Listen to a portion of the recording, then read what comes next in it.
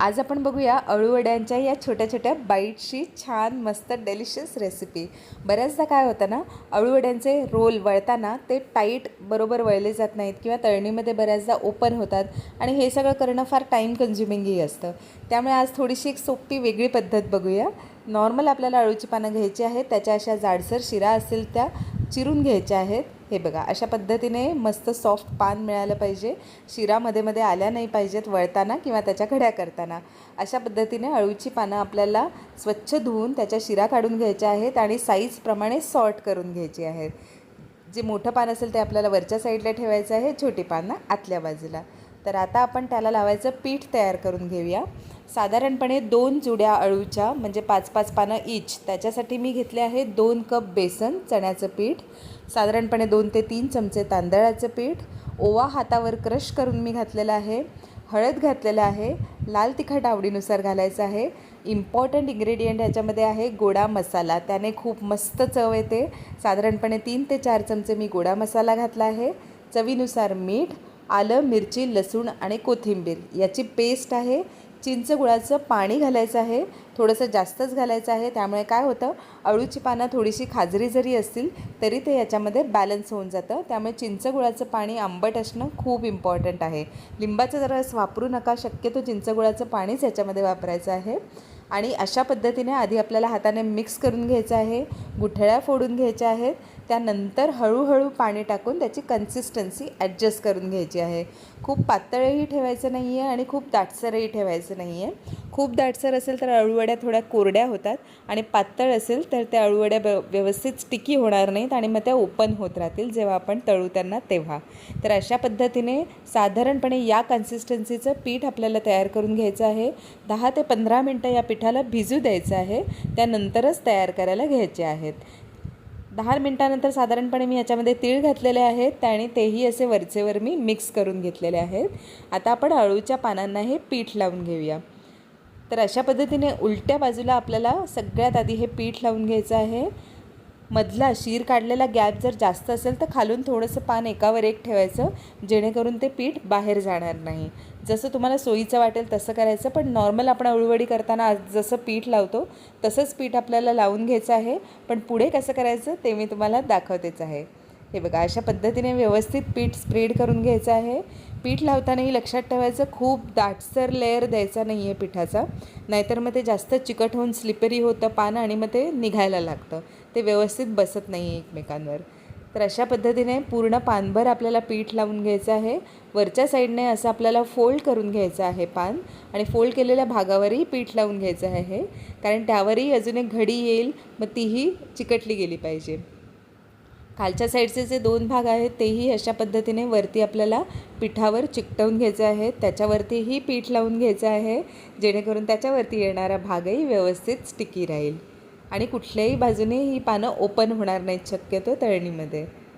हे बघा, अशा पद्धतीने व्यवस्थित सगळ्या बाजूंनी पीठ लावून घ्यायचं आहे आणि पानाच्या दोन्ही बाजू आहेत त्याही व्यवस्थित फोल्ड करून घ्यायच्या आहेत आणि त्याच्यावरही पीठ लावून घ्यायचं आहे, जेणेकरून सगळ्या बाजू आपल्या लॉक होऊन जातील आणि कुठल्याही साईडने ही पानं ओपन होणार नाहीत।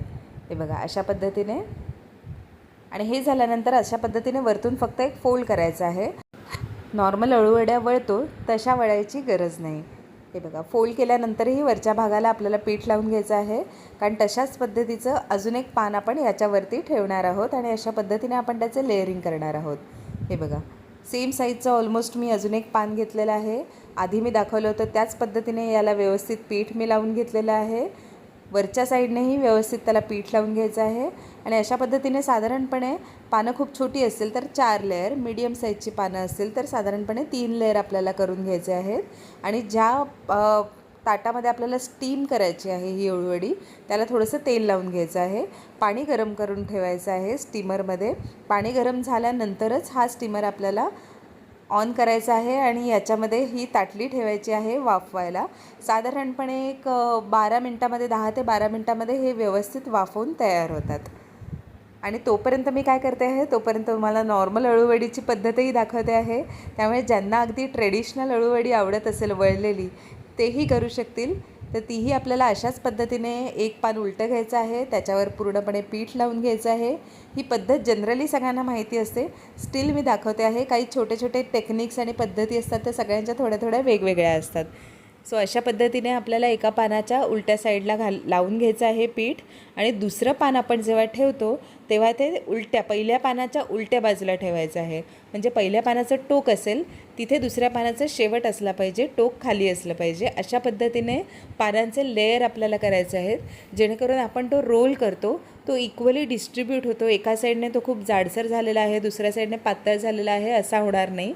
त्याची लांबी रुंदी सगळीकडनं व्यवस्थित असेल, त्यामुळे अळूवड्याही एकदम समान व्यवस्थित बनतात.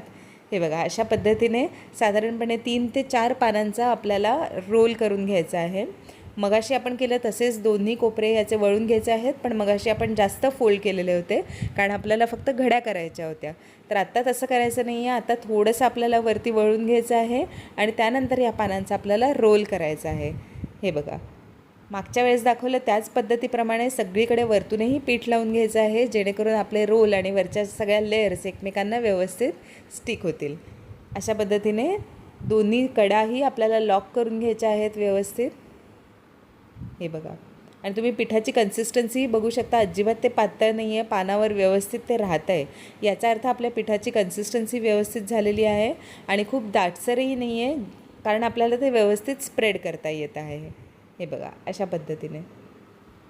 तर अशा पद्धतीने सगळ्या कोपऱ्यांना व्यवस्थित ते चिकटवून झाल्यानंतर हाताने टाईट पकडून आपल्याला रोल करायचं आहे. जितकं टाईट आपण पकडू शकतो तितकं बेटर आहे, कारण हे लूज सोडलं तर आतमधलं पीठ आणि पानं लूज होतात आणि वाफवून झाल्यानंतरसुद्धा काय होतं ना, मग तळणीत बऱ्याचदा तो रोल सुटायला लागतो. तर तसं व्हायला नको असेल तर शक्य तितका टाईट आपल्याला हा रोल वळून घ्यायचा आहे. आणि हेच काम फार ट्रिकी आहे, त्यामुळे मी मगाचा शॉर्टकट तुम्हाला दाखवला आहे. पण ज्यांना स्टील ट्रेडिशनल पद्धतीची अळूवडी आवडते त्यांच्यासाठी ही पद्धत मी पुन्हा एकदा दाखवते आहे. हे बघा, तुम्ही बघू शकता किती व्यवस्थित मी हात अजिबात न सोडता टाईट एकदम रोल वळून घेतलेला आहे आणि अगदी शेवटपर्यंत या रोलला पीठ लावत घेतलेलं आहे, जेणेकरून प्रॉपरली रोल चिकटेल आणि तो वाफवताना आणि तळणीमध्ये सुद्धा सुटणार नाही अजिबात. हे बघा, अशा पद्धतीने पारंपरिक अळूवडीचा रोल तयार आहे. हाही साधारणपणे आपण 12 ते 15 मिनटं वाफवून घेऊ शकतो. चला तर मग आता आपण जे आधी अळूवड्यांचे क्यूब्स बनवण्यासाठी ठेवले होते तो वाफवून झालेला आहे. हे संपूर्णपणे आधी गार करायचं आहे. गार झाल्यानंतरच याचे पीसेस करायला घ्यायचे आहेत. जर गार झालेलं नसेल पूर्णपणे तर ते सुरीला पूर्णपणे चिकटू शकतं आणि त्याचे सगळे लेयर्स ओपन होऊ शकतात. त्यामुळे व्यवस्थित गार करायचं आहे, जेणेकरून त्याचा वरचा लेयर पण एकदम ड्राय होऊन जातो. आणि त्यानंतर अशा पद्धतीने याचे आपल्याला क्यूब्स करून घ्यायचे आहेत. एवढे मोठे ठेवायचे नाही आहे, चौकोनी चौकोनी बाईट साईजचे क्यूब्स आपल्याला करून घ्यायचे आहेत, जेणेकरून आपण जेव्हा ते तळतो तेव्हा ते आतल्या बाजूनेही व्यवस्थित तळलं जातं आणि वरतून छान क्रिस्पी होतं. हे बघा, अशा पद्धतीने छान क्यूब्स करून घ्यायचे आहेत. तुम्ही बघू शकता की आपण या पद्धतीने जे अळूवडीचे बाईट्स केलेले आहेत तेही अगदी अळूवडीसारखीच त्याची लेअरिंग आलेली आहे आणि करायला अळूवडीच्या रोलपेक्षासुद्धा जास्त सोपं आहे. त्यामुळे ज्यांना खूप वेळ घालवायचा नाही आहे या प्रोसेसमध्ये किंवा अळूवडीचे रोल करायला जमत नाही त्यांच्यासाठी ही पद्धत एकदम सोपी आणि सोयीस्कर आहे. आजकाल काय करतात ना, अळूची पानं चिरून त्याच्यामध्ये बेसन पीठ आणि नॉर्मल आपण जे पीठ बनवलं होतं त्याच्यामध्ये अळूची पानं चिरून घालतात कोथिंबीर वडीसारखं, पण त्याची चव तितपत किंवा त्याचं ते लेअरिंग प्रॉपर येत नाही. तर ही पद्धत तुम्ही नक्की ट्राय करा आणि मला कमेंटमध्ये सांगा कशी झाली होती. थँक्यू.